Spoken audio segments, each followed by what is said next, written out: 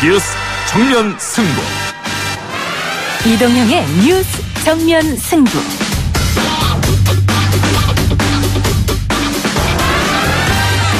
청취자 여러분 안녕하십니까, 이동형입니다. 이동형 뉴스 정면 승부, 오늘 준비한 내용부터 알려드립니다. 소득주도 성장, 혁신 성장, 공정 연결이 이루어진 문재인 정부의 포용적 성장 모델은 대한민국 경제의 새로운 패러다임이 되어 국민소득 4만 달러 시대를 열게 할 것입니다. 이해찬 더불어민주당 대표가 국회 교섭단체 대표연설에서 했던 말입니다. 소득주도 성장을 주축으로 한 경제성장을 통해서 국민 소득을 끌어올리겠다는 포부를 밝혔죠. 국회 경제통이라고 불리는 박영선 의원과 잠시 후 이야기 나눠봅니다. 법이 일자를 지켜주지 못했고 결국 이 폭행 사건에까지 이르게 됐습니다. 서촌에 있는 궁중족발의 이야기입니다. 궁중족발의 비극을 되풀이하지 말라! 바꾸자! 서촌 궁중족발 사장의 국민참여재판이 시작됐습니다. 오늘부터 이틀에 걸쳐 진행이 되는데요. 시민단체들은 재판부와 배심원의 선처를 호소하는 기자회견을 열었습니다. 그런데 국회에 상정된 상가법 개정안은 어떻게 되었을까요? 최강 변기에서 다뤄봅니다. 홍 대표가 한국당 경선에 나가면 자연스럽게 소멸할, 불명예 정계 은퇴할 가능성이 많고. 어제 우리 방송과 인터뷰한 하태경 의원의 말이었습니다. 미국으로 떠난 자유한국당 홍준표 전 대표가 정치 일선에 복귀할 움직임을 보이고 있죠. 아울러 바른미래당 손학규, 민주평화당 정동영 체제가 성립되면서 비례대표 4인방이 사실상 해체됐다는 말도 나오고 있는데요. 3부에서 보수들의 앞날을 점쳐보겠습니다. 한국 경제에서 최저임금 부담으로 해서 해고당하고 자살에 이르렀다는 것은 이미 취재를 통해서 확인한 내용이다 보니까 모르고 있을 수 있다. 기자가 취재를 통해서 이 기사를 썼다는 게 한국 경제. 김성태 자유한국당 원내대표가 JTBC 토론회에서 한 말입니다. 급격한 최저임금 인상 여파로 식당에서 해고된 50대 여성의 자살 기사 이야기인데요. 해당 언론사는 이 내용이 가짜뉴스가 아니라고 해명한 상태입니다. 관련해서 팩트 진검승부 트루맨에서 알아보도록 합니다. 9월 4일 화요일 이동희 뉴스 정면 승부 시작하겠습니다.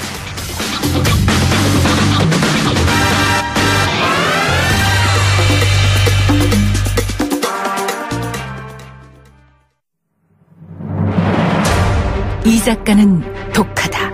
이 작가는 거칠다. 이 작가는 솔직하다. 이 작가는 눈치가 없다. 그는 할 말은 한다. 할 말은 한다. 정치 오타쿠 이 작가의 독설. 뉴스 정면 승부.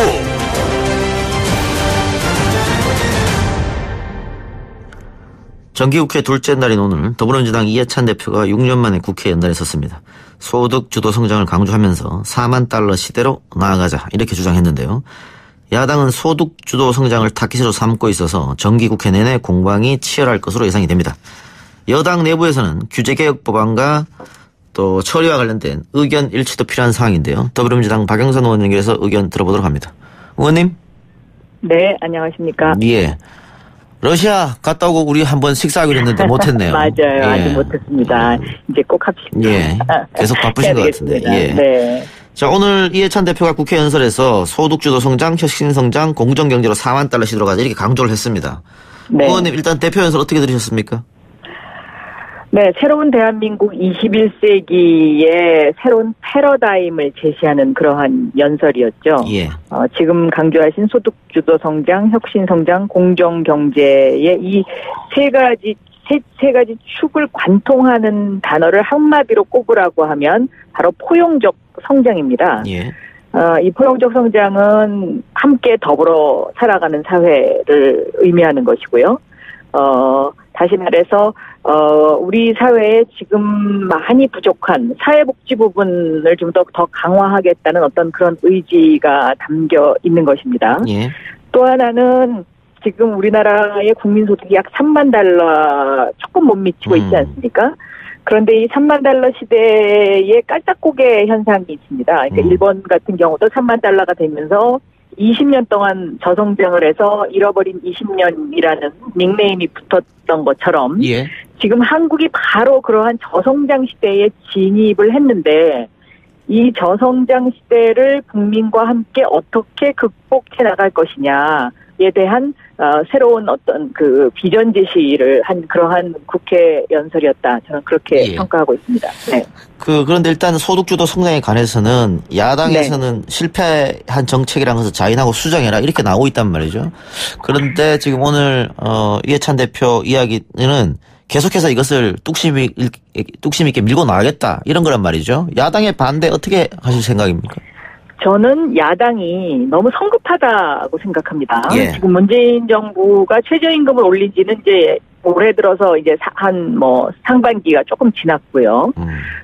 그리고 실질적으로 소득주도 성장을 추진한 것도 지금 뭐 이제 1년 정도 됐는데, 이 소득주도 성장이라는 단어에 관해서는 뭐 사람마다 소득 주도와 성장의 어떤 충돌 문제에 관해서 비판을 할 수는 있습니다. 그러나 이것을 하나의 그 어떤 그 패러다임의 변화로 받아들이면은요. 예. 소득주도 성장이 반드시 최저임금만 있는 것은 아닙니다. 예. 저는 이 최저임금 인상이 우리나라 저소득층을 향한 하나의 정책이었다면 앞으로 문재인 정부가 추진해야 될 또 하나의 축은 자본시장의 소득 성장입니다. 예. 그러니까는 예를 들면 자본시장을 통한 소득 성장 이것을 어떻게 꾸려갈 것이냐. 그것이 이제 요즘 언급되고 있는 스튜어드십 코드하고도 연결되어 있는 부분인데요.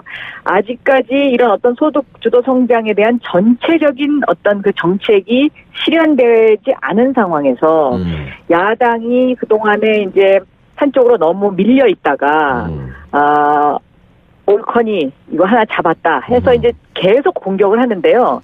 저는 이 공격이 지금은 공격의 대상이 될 수 있을지 모르지만 저는 곧 이 어떤 결과물이 나올 것이다라고 생각이 되고요. 예.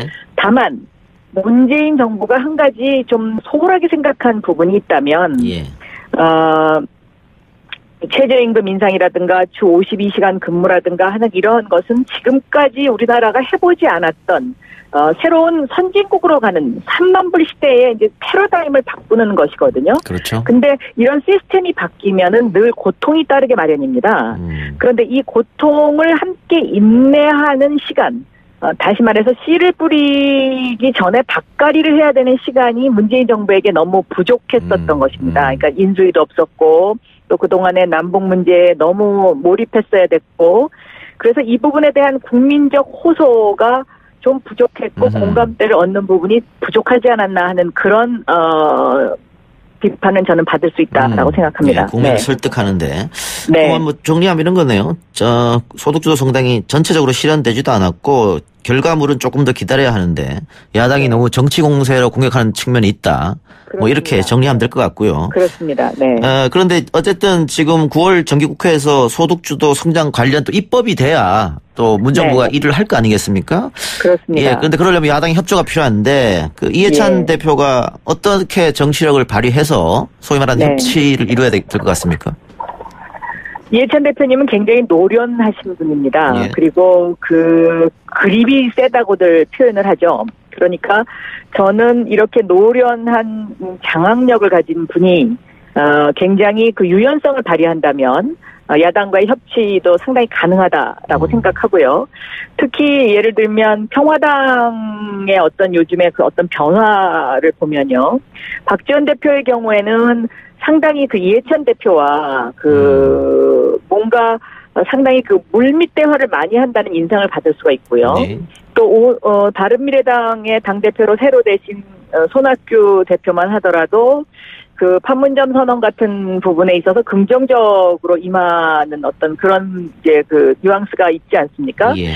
이런 것들을 볼 때 앞으로 조금 더 협치와 관련된 부분에 조금 기다려볼 필요도 있다. 저는 그렇게 생각합니다. 네. 방금 말씀하신 뭐 손학규 대표, 또 평화당의 정동영 대표, 지금 민주당 이해찬 대표 한때는 다 같은 밥을 먹었던 분이고. 그렇습니다. 네. 또 다들 또 한번 또 대선 경선에 한번 또 싸웠던 분들이고 그런데. 그렇죠. 그 얘기가 더 잘 될 수도 있겠다. 이렇게 생각하고요.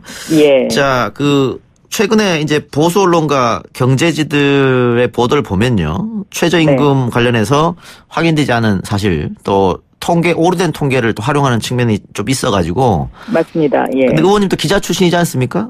예. 당 차원에서 가짜뉴스 대책단도 출범시켰다고 하는데, 이렇게 그 보수지에서 정부를 공격하는 거, 특히 경제 문제 가지고 예. 조금 심각성을 어떻게 느끼고 계십니까? 저는 좀 과하다고 생각합니다. 예. 그러니까 예를 들어서 지금 보수 언론들이 그동안에 숨죽이고 있다가 옳거니 하고 이제 드디어 이제 과거에 했던 어떤 그 성향을 다시 반복하고 있다고 보고 있는데요. 예. 예를 들면 이런 겁니다. 뭐 최저임금이 지금 뭐 우리나라가 뭐 예를 들면 8,000원이다. 그런데 이 8,000원 수준의 어떤 이 최저임금이 뭐 독일과 거의 유사하다. 이제 이런 식으로 공격을 하지 않습니까? 예. 그런데 실질적으로 독일의 경우에는요. 사회보장제도가 우리나라보다 훨씬 더 잘 돼 있기 때문에 생활 물가가 우리보다 훨씬 쌉니다. 정부에서 그런 부분에 대해서 사회보장을 해주고 있기 때문에. 예. 그래서 아마도 독일의 최저임금은 10,000원을 훨씬 넘어가는 그런 수준일 겁니다. 실질적으로 계산을 해보면. 이런 부분이 그 보수 언론들이 어떻게 보면 알면서도 공격을 하고 있는 거죠. 조금 심한 면이 있다. 네, 단편적인 부분을 가지고 좀 이렇게 지나치게 공격을 하는 것입니다. 네. 예, 뭐 참여정부 시절에도 좀 그런 측면이 없지 않아 있었는데요. 네. 지금 대통령이 의욕적으로 추진하려고 하는 은산분리 완화가 정기 8월 국회에서 이제 무산됐고요. 예. 지금 제가 들어보니까 민주당 내에서 아직 의견이 엇갈리고 있는 것 같은데 정리가 됐습니까? 어떻습니까? 언론에서 이제 그런 식으로 보도를 하고 있는데요. 예. 실상은요. 예. 자유한국당이 대통령께서 은산분리 완화를 일부 하겠다고 의사를 이제 국민한테 표시하지 않았습니까? 예. 그랬더니 그것을 이용해서 아예 다 풀자. 이제 이렇게 나오고 있기 때문에 이것을 합의를 지금 못하고 있는 상황인데요. 예를 들면 은산분리 완화는 그린벨트에 비유될 수 있습니다. 예를 들어서 지금까지 지켜왔던 그린벨트를 일부 완화해서 효율적으로 써보자라고 했더니 자유한국당이 아예 그린벨트 다 풀자. 그리고 그 그린벨트에 재벌도 아파트를 짓게 해달라. 이렇게 지금 때를 쓰고 있는 이런 형국이죠. 그리고서는 지금 상가 임대차 보호법을 볼모로 잡고서 이거 안 해주면 상가 임대차법도 통과 안 시켜줘. 지금 딱 이런 형국이거든요. 저는 이것은 서민의 눈물을 재벌의 민원과 바꾸는 매우 좋지 않은 것이다라고 생각하고 있습니다. 당내 이견 없는 거예요? 당내 이견이 있는 부분은요. 예. 자유한국당이 제시한 안에 대해서 이 안은 너무 지나치다. 이거는 대통령이 말씀하신 은산분리의 원칙을 지키면서 금융혁신을 이루는 그 범위를 넘어서고 있기 때문에 우리가 받을 수 없다라는 그 부분에 대한 의견입니다. 네. 그래요. 네. 당내 이견 얘기도 나왔고 또 언론 보도 얘기도 했으니까 저번에 제가 기사하고 조금 놀란 게 있는데 인터넷 은행법 25% 안이 안 되면은 탈당을 생각하고 있다. 이게 기사가 난 적이 있어요. 기사는 제가 왜 나왔는지 잘 모르겠습니다. 저는 그 당시에 그 출장 가 있었거든요. 국회 부의장님 모시고 출장을 가 있었는데 그 기사가 뜬금없이 그런 기사가 나왔더라고요. 잘못된 기사다? 오보다? 네. 예, 알겠습니다. 저기 의원님 뭐 삼성 저격수라는 닉네임도 있으니까 이거 하나 여쭤보죠. 지금 그 엘리엇 소송과 관련해서 국민청원 올라간 거 혹시 알고 계십니까? 그 얘기는 들었습니다. 예, 네. 법무부의 답변서 국민연금이 잘못이 없다 이런 답변서 올라가서 이거 좀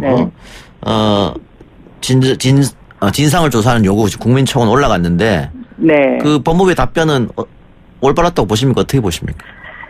제가 보는 견지에서는요, 법무부가 좀 더 신중하게 조사를 하고 답변을 했어야 하지 않나 싶습니다. 네. 그렇죠. 아무래도 재판에 영향을 줄 수도 있는 문제고 하니까요. 그렇습니다. 예. 네. 어쨌든 아직 20만 청원이 안 됐는데 20만 청원이 되면 정부에서 어떤 대답을 내놓을 것 같고요. 예. 자, 9월 정기국회가 시작됐는데 의원님이 바라본 혹은 민주당이 생각하고 있는 이거는 꼭 통과돼야 되지 않겠나 이런 법안이 있습니까? 저는 혁신성장과 관련해서요. 예. 우리가 수소경제 시대로 가야 한다고 생각합니다. 그러니까 새로운 패러다임, 4차 산업혁명 시대에 새로운 패러다임을 만들어야 되는데요. 이러한 어떤 그 혁신성장과 관련된 새로운 입법들이 이번에 좀 많이 준비돼서 통과돼야 되지 않겠는가 하는 생각을 하고 있습니다.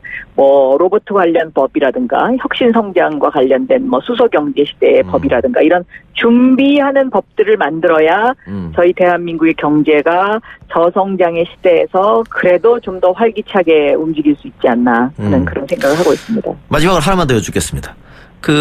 문재인 정부의 경제정책 또 민주당의 경제정책이 우클릭하고 있다. 이런 주장이 있는 것 같아요. 여기에 대해서는 어떻게 생각하십니까?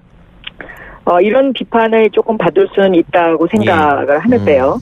저는 경제정책은 어떤 그 이념에 너무 몰입되는 것은 좋지 않고요. 실사고시를 바탕으로 해서 경제가 돌아가는 것이 가장 바람직한 방법이다라는 생각을 갖고 있는 사람입니다. 알겠습니다. 네. 의원님 오늘 말씀 여기까지 듣겠습니다. 네, 감사합니다. 네, 고맙습니다. 지금까지 더불어민주당 박영선 의원이었습니다. 1부 순서 여기서 마치고요. 저는 2부 최강병기로 돌아오겠습니다. 딱딱하고 지루한 뉴스가 소설보다 흥미진진해지는 새로운 경험. 놀라셨죠? 이것이 바로 이동준의 뉴스 정면 승부.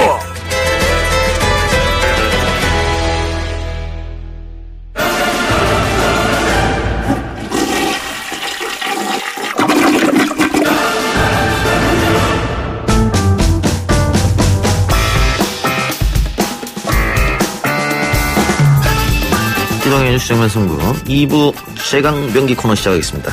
오늘은 조대진 변호사, 아시아경제 장용진 커플로 왔습니다. 어서 오십시오. 안녕하십니까. 안녕하십니까. 커플요? 오해를 받을 수도 있을 것 같은데 나 저런 분 아니 좀 잘 어울립니다. 두 사람. 너. 근데 두 분 오늘 또 동시에 너무 피곤하다고 하는데 왜 이렇게 뭐 체력이 딸립니까? 일하는데? 소송이 많아져가지고. 소송이 많아져서. 네, 너무 지금. 연세가 좀 들어서 그런 거 아닙니까? 연세는 젊습니다. 저는 아마 맞을 것 같습니다. 연세 때문에. 이게 계절이 확 바뀌어서 여름 지나고 바로 또 좀 쌀쌀해지는 것 같아요. 그런 것도 있나요? 저는 원래 좀 가을을 좀 타는 편이라서. 가을 남자입니까? 그럼요. 제가 또 분위기는 가을 남자입니다. 오늘 옷도 좀 분위기 있게 입고 오셨어요. 말해놓고 나니 쑥스럽네요. 아직 더운데 목폴라를. 그러니까 더운데 목폴라 입고 왔어요. 이거 안에 또 반팔이에요. 그래요? 희한하군요. 그래요. 자, 이명박 정부 시절 댓글 공작 의혹을 수사하고 있는 경찰청 특별수사단. 내일 조현호 전 경찰청장을 소환한다고요? 어떤 일이죠? 네, 그렇습니다. 특별수사단은 내일 오전 9시까지 이 조현호 전 청장에게 경찰청에 출석해서 조사를 받으라고 통보를 했습니다. 조현호 전 청장은 경찰청장으로 재임할 당시에 경찰 조직을 이용해가지고 온라인상에서 정부를 옹호하는, 그러니까 당시 이명박 정부가 되겠죠. 온라인상에서 이 정보를 옹호하는 댓글을 달라고 지시한 혐의를 받고 있습니다. 그러니까 직권남용 권리행사 방해 혐의입니다. 경찰 공무원에게 하지 말아야 일을 시킨 거죠? 그렇죠. 특히 이제 이 조현호 청장은 경찰청장이 되기 전, 그러니까 경기경찰청장 시절부터 이런 댓글 활동에 아주 적극적이었다고 그럽니다. 2009년에는 쌍용차 파업 사태와 관련해서 이 정부에게 유리한 방향, 그러니까 쉽게 말해서 쌍용차 파업을 진압하는 경찰에 대해 경찰을 옹호하는 그런 내용의 댓글을 적극적으로 달라고 이렇게 강요를 한 혐의를 받고 있습니다. 그리고 쌍용차 파업의 강제 진압과 관련해서도 경찰청장한테 보고하지 않고 바로 다이렉트로 청와대하고 이야기했다는. 직접 얘기를 한 걸로 돼 있습니다. 그러니까 뭐 지시라면 청와대로부터 직접 받은 것으로 돼 있고요. 이런저런 이유로 경기청장에서 경찰청장으로 영전한 겁니까? 여러 가지 이유가 있었습니다. 그런데 그 당시에도 뭐 서울경찰청장을 제치고 조현호 청장이 된 것에 대해서 아마 정치적인 고려가 있지 않았느냐는 얘기는 계속해서 나왔었습니다. 근데 조대진 변호사. 조현호 전 경찰청장 이거 뭐 수사 과정에서 자신이 얘기한 게 아니고요. 본인이 수사받기 전에 미리 언론과 인터뷰에서 내가 댓글 지시했다 이렇게 얘기했거든요. 자백을 했죠, 사실상. 그래서 조사할 내용에 관련해서도 이 부분을 물어볼 겁니다. 본인이 한겨레와의 일간지와의 인터뷰에서 본인이 인정을 했죠. 집회 시위를 비롯해서 경찰 관련 쟁점이 있으면 인터넷에 댓글을 쓰라고 지시한 바 있다. 본인이 명확하게 지금 언급을 한 부분이 있어서 또 본인은 이렇게 댓글을 쓰라고 얘기는 했는데 또 잘못인 건 모르겠다는 취지로 또 얘기를 하고 있거든요. 그래서 어떻게 해명을 할지 참 궁금합니다. 댓글을 쓰라고 지시는 했다. 정치 관련해서. 다만 그게 정치 공작이나 여론 조작은 아니다. 술은 마셨지만 음주운전은 아니다. 쉽게 말하면 이겁니다. 도둑질을 했어도 좋은 뜻이었다라는 뜻인데 좋은 뜻이었어도 도둑질은 도둑질입니다. 이 얘기를 보면요. 경찰 지도부가 얼마나 그동안 극우 편향적인 사고방식을 갖고 있는지 여실히 드러나는 것 같습니다. 그러니까 시위라든지 정부에 대한 비판이라든지 노동조합의 파업이 범죄다. 혹은 아주 불안한 행동이다라는 그런 사고를 머릿속에 받고 있는 거죠. 그러니까 조현호 경찰청장이 뭐라고 얘기했느냐면은 사이버 공간에서 범죄 예방 차원으로 진행한 일이다라고 주장을 했거든요. 그러니까 결국에 뭐 시위라든지 정부 비판이 범죄다라고 생각했다는 것과 똑같은 겁니다. 그리고 자신은 이게 여론 조작이 아니다라고 생각해 주장을 했는데 이건 정말 말도 안 되는 얘기죠. 사실 민주국가에서 경찰을 비롯한 국가기관은 국민의 여론의 통제를 받고 여론의 감시를 받아야 되는 곳이거든요. 그런데 그 여론 조성에 개입을 했다면 그건 명백한 조작이고 이건 월권 행위에 분명합니다. 그리고요. 설령 이것이 뭐 여론 조성을 그냥 선의로 한 것이고 또 범죄 예방 목적이라고 하더라도 또 말이 안 되는 부분이 있습니다. 검경 수사권 조정 문제까지 댓글을 달았거든요. 검경 수사권 조정이 이게 뭐 범죄 예방 활동하고 뭐가 상관이 있습니까? 예. 이건 사실 말이 안 되는 거예요. 그리고 또 있네요. 정치적인 게 한진중공업, 희망버스, 한미 FTA 관련해서 정부 옹호하는 댓글 이런 거 해서 한 5만여 건을 달았는데 경찰관들이 자신의 직무를 밝혔었으면 모르겠지만은 그렇죠. 일반인을 가장해서 5만 원 걸 달았다. 네, 그렇죠. 떳떳하면 경찰 공식 입장으로 내도 될 텐데 그렇죠. 일반인을 가장해가지고 아이디를 은닉한 채 이렇게 했거든요. 그러니까 이것 자체가 어느 정도 활동하는 사람들도 전제적으로 이게 위법 소지가 있다는 걸 알고 있었다는 방증이기도 하고요. 또 무엇보다도 아까 말씀 주셨지만 민주사회에서 이런 부분들을 공권력을 가진 기관이 의도적으로 댓글을 단다는 거 참 상상하기 어렵습니다. 그런데 쌍용차 인터넷 대응팀을 꾸려가지고 댓글 조작을 지시했다. 근데 이게 공소시효가 지났다고요? 그렇죠. 그럼 처벌이 안 됩니까? 그렇죠. 처벌을 못하죠. 업무방해 관련된 그 죄로 처벌을 받을 수 있을 것 같은데 그 당시 쌍용 자동차에 관련된 사건이 2009년도에 있었거든요. 그렇기 때문에 2009년도에 7을 더하면 2016년이어서 이미 지난 상태고 다만 이제 그 조현호 경찰청장이 그 경찰청장으로 재임할 당시가 2010년도부터 12년까지인데 요 당시에 있어서는 일부는 적용이 될 수 있을 것 같습니다. 그것은 적용되고. 그래요. 알겠습니다. 이거 어떻든 구속영장이 청구될 가능성이 있는 거죠. 예, 제가 볼 때는 일단 청구는 할 것 같습니다. 물론 이제 경찰은 직접 청구를 할 수 없기 때문에 검찰을 통해서 청구가 될 것으로 보이는데 문제는 법원입니다. 법원이 앞서 뭐 같은 혐의로 영장이 청구됐던 뭐 전 경찰청 보안국장 황모 씨라든지 전 정보국장 김모 씨 등에 대한 구속영장을 기각을 했거든요. 당시 기각한 사유가 좀 황당합니다. 직무상 행위인 가능성도 있고 댓글을 단 것이 숫자가 많지 않으며 이분들이 재직을 하기 전부터 일정한 관행이었다. 이것이 기각의 사유입니다. 사실 제가 볼 때 이번 사태에서 가장 문제가 되는 것은 법원이라고 생각이 들어요. 법원이 반헌법적 사고를 갖고 있지 않느냐 저는 그런 생각도 듭니다. 마치 최순실 표현으로 들자면 자유민주주의 판사가 아니라는 생각이 들 정도입니다. 왜냐하면 이렇습니다. 공권력의 발동이라는 것은요 반드시 사후적이어야 하고 법이 정한 사항에 대해서 절차에 맞춰가지고 법이 정한 한도에 따라서 발동을 해야 됩니다. 공권력의 발동을 법에 따라서 한다. 이런 의미에서 나오는 것이 바로 법치주의거든요. 우리나라는 좀 잘못 알려져가지고 국민들 보고 자꾸 법 지키라고 하는데 사실은 법을 지키라고 하는 법치주의의 가장 기본은 공권력의 발동에 사실 적용되는 거거든요. 근데 사실 그렇게 보자면은 이 공권력이 그 법에 정하지 않은 것에 대해서 마구 발동된 것이고 사후적인 것이 아니라 사전적으로 발동이 돼 버렸거든요. 이거는 분명히 헌법에서 정한 기본적인 어떤 개념을 분명히 위반한 것인데 이 부분에 대해서 왜 판단하지 않았는지 왜 이 부분을 도외시하고 있는지 정말 답답합니다. 이런 경찰의 활동을 계속 허용하게 되면은 뭐 영화 마이너리티 리포트 같은 그런 상황이 우리나라에서 계속 벌어지게 되는 거죠. 이런 부분에서 좀 법원에서 좀 그 시각을 좀 바꿀 필요가 있지 않을까 저는 생각해 봅니다. 알겠습니다. 다른 이야기 한번 해보죠. 안타까운 사건이 일어났네요. 그 계약을 하루 앞둔 여고생이 자택 옥상에서 투신해서 숨지는 사건이 발생했다고요? 네, 그렇습니다. 방금 말씀 주신 대로 계약을 하루 앞둔 상태에서 여고생이 상가 건물에서 투신해서 숨지는 사건이 발생했습니다.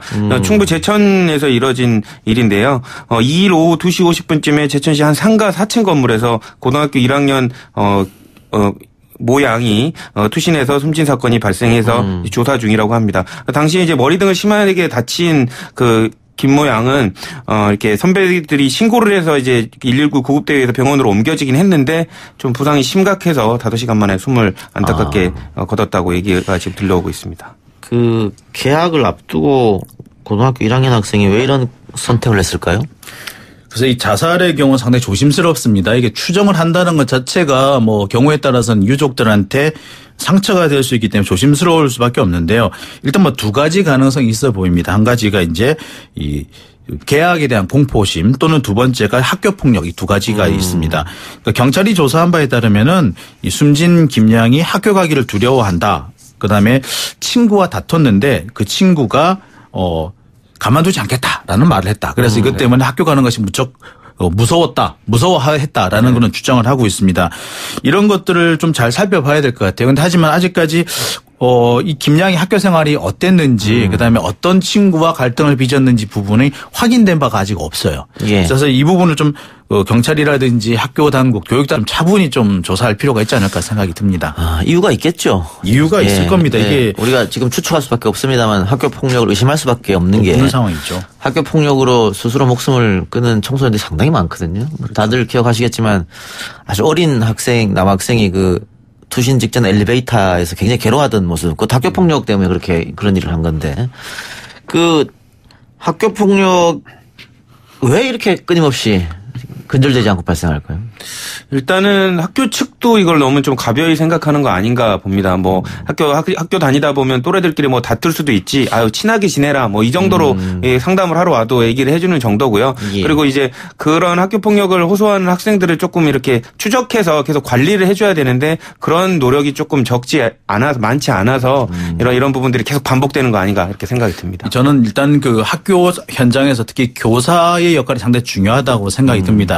교사와 학부모의 역할이 정말 중요한데 특히 교사의 역할이 중요하다고 보는 것이 이 학생들이 이 교사를 신뢰해야만 이 고민을 털어놓을 수 있거든요. 근데 그렇지 않은 경우에는 고민이 있어도 이렇게 심각한 고민이 있더라도 어른들한테 얘기를 안 한단 말입니다. 이게 뭐 부모님한테도 안 털어놓으니까. 그렇죠. 문제는 이 학생의 경우도 그랬다는 거예요. 이제 계약하기 얼마 전에 그 선생님이 전화 통화를 해서 뭐 별일 없느냐라고 물어봤더니 뭐 별일 없다라고 해서 아무런 징후가 거의 나오지 않았다는 거예요.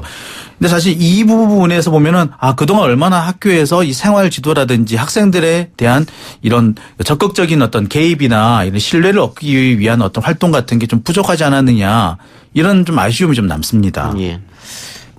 조금 다른 얘기입니다만은 최근 정부가 형사 미성년자 연령을 낮추는 방안을 추진 중이라고 하는데 찬성 여론도 있습니다만 반대 여론도 또 있는 것 같아요. 그렇죠. 뭐 형사 미성년자 연령을 14세에서 13세 미만으로 낮춰서 조금 더 처벌받는 때를 조금 더 땡기자라고 지금 그 주장이 나오고 있는데요. 이거에 대해서 또 비판하는 입장들도 있습니다. 처벌만이 능사느냐 그리고 꼭 처벌하는 것만이 해결책이 될 수는 없다라고 이게 형사 정책적 관점에서도 비판하는 견해가 있는데 어쨌든 확실한 거는 지금 요즘의 애들이 옛날의 애들보다는 훨씬 더 성숙하고 그런 생각이 조금 더 많이 발전돼 있다는 거 이런 부분이 좀 반영돼야 될 것 같기도 합니다. 예, 특히 사실 좀 형사 미성년자 나이를 어느 정도는 낮출 필요는 있다고 생각합니다. 특히 지금까지의 이 규정을 보면 이제 만 14세 이상이니까 이게 뭐냐면 고등학생부터 적용한다 뭐 이런 의미가 되겠거든요.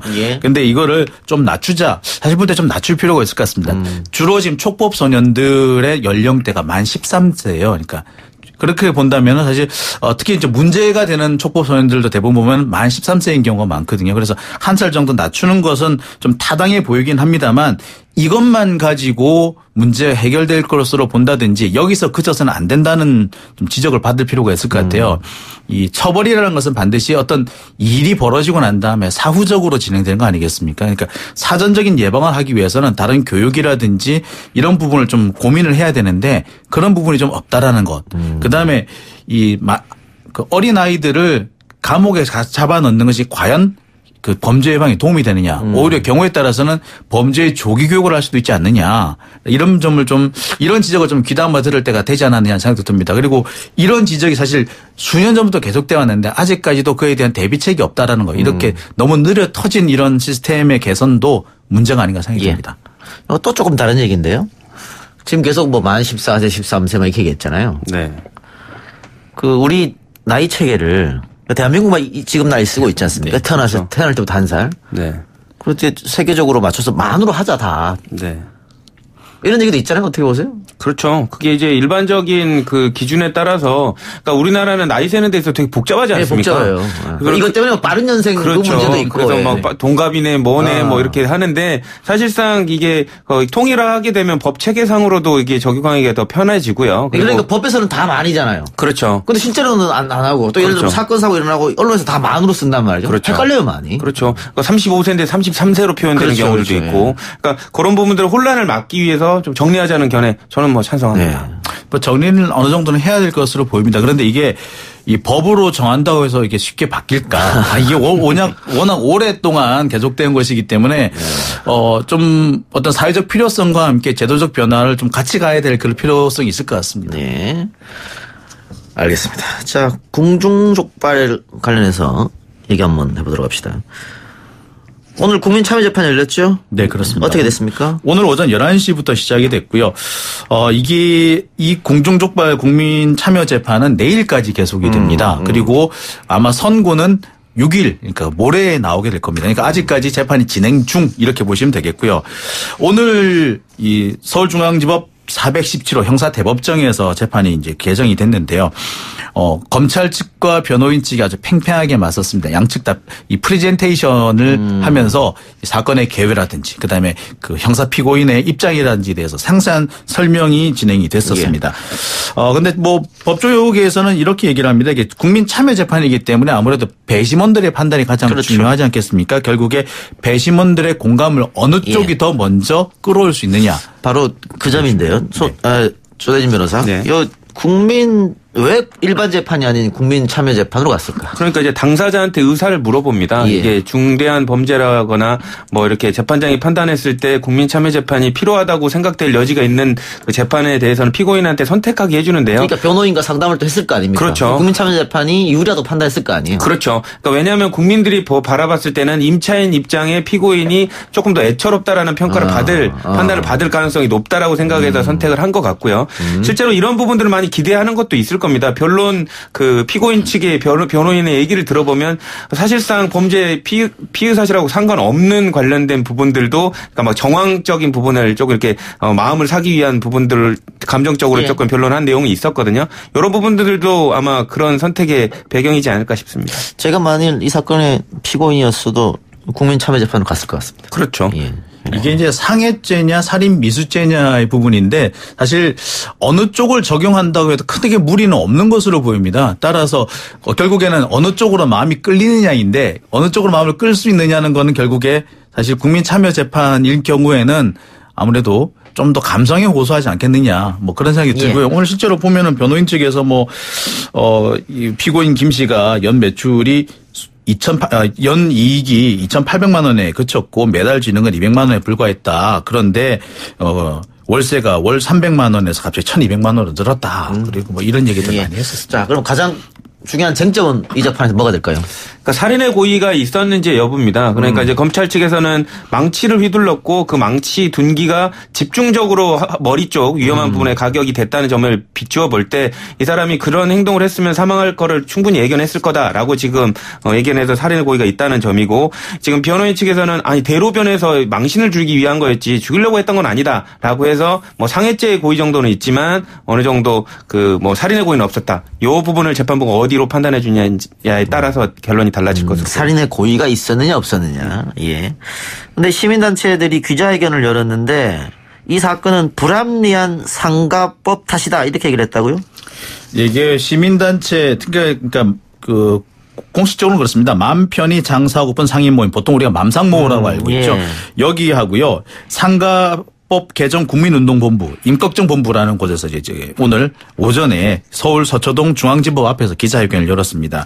그러면서 이제 말씀하신 대로 이번 사건 자체가 불합리한 상가법 탓이다라고 주장을 했는데요. 사실 이분들의 주장이 그다지 틀린 것은 분명히 아닌 것으로 보입니다. 그러니까 갑작스럽게 임대료를 올린 것, 그러니까 사실상 나가라 이건데 그동안 투자했던 것을 회수할 수 없었던 그 임차인 입장에서는 어떤 형태로든 저항을 했던 것이고 그 저항이 결국에는 감정적 갈등으로 이어지면서 이런 사건이 벌어졌기 때문에 어느 정도는 맞는 것으로 보입니다만 사실 그렇다고 해서 또 이런 범죄 자체가 또 그 허용되는 것은 아니기 때문에 조금 갈등의 여지가 계속 남아 있는 것 같습니다. 지금 상가 임대차법에서 임차인을 보호하는 것은 5년까지죠. 네. 지금 바꾸고자 하는 법. 10년으로. 10년으로. 이번에 통과는 안 됐습니다만. 네. 10년 동안 보호해주자. 그러니까 보통 많은 분들이 상가를 얻을 때 권리금 이렇게 주고 오잖아요. 그렇죠. 그 권리금을 좀 뽑고 하려면은 시간이 좀 필요한데 건물주가 바뀌면 뭐 나가라 하고 이러니까 지금도 아마 건물주가 바뀌면서 나가라 못 나간다 이 싸움이 일어난 거죠. 그렇죠. 사실 뭐 건물주가 바뀌면서 리모델링을 해야 된다 나가라. 그러니까 사실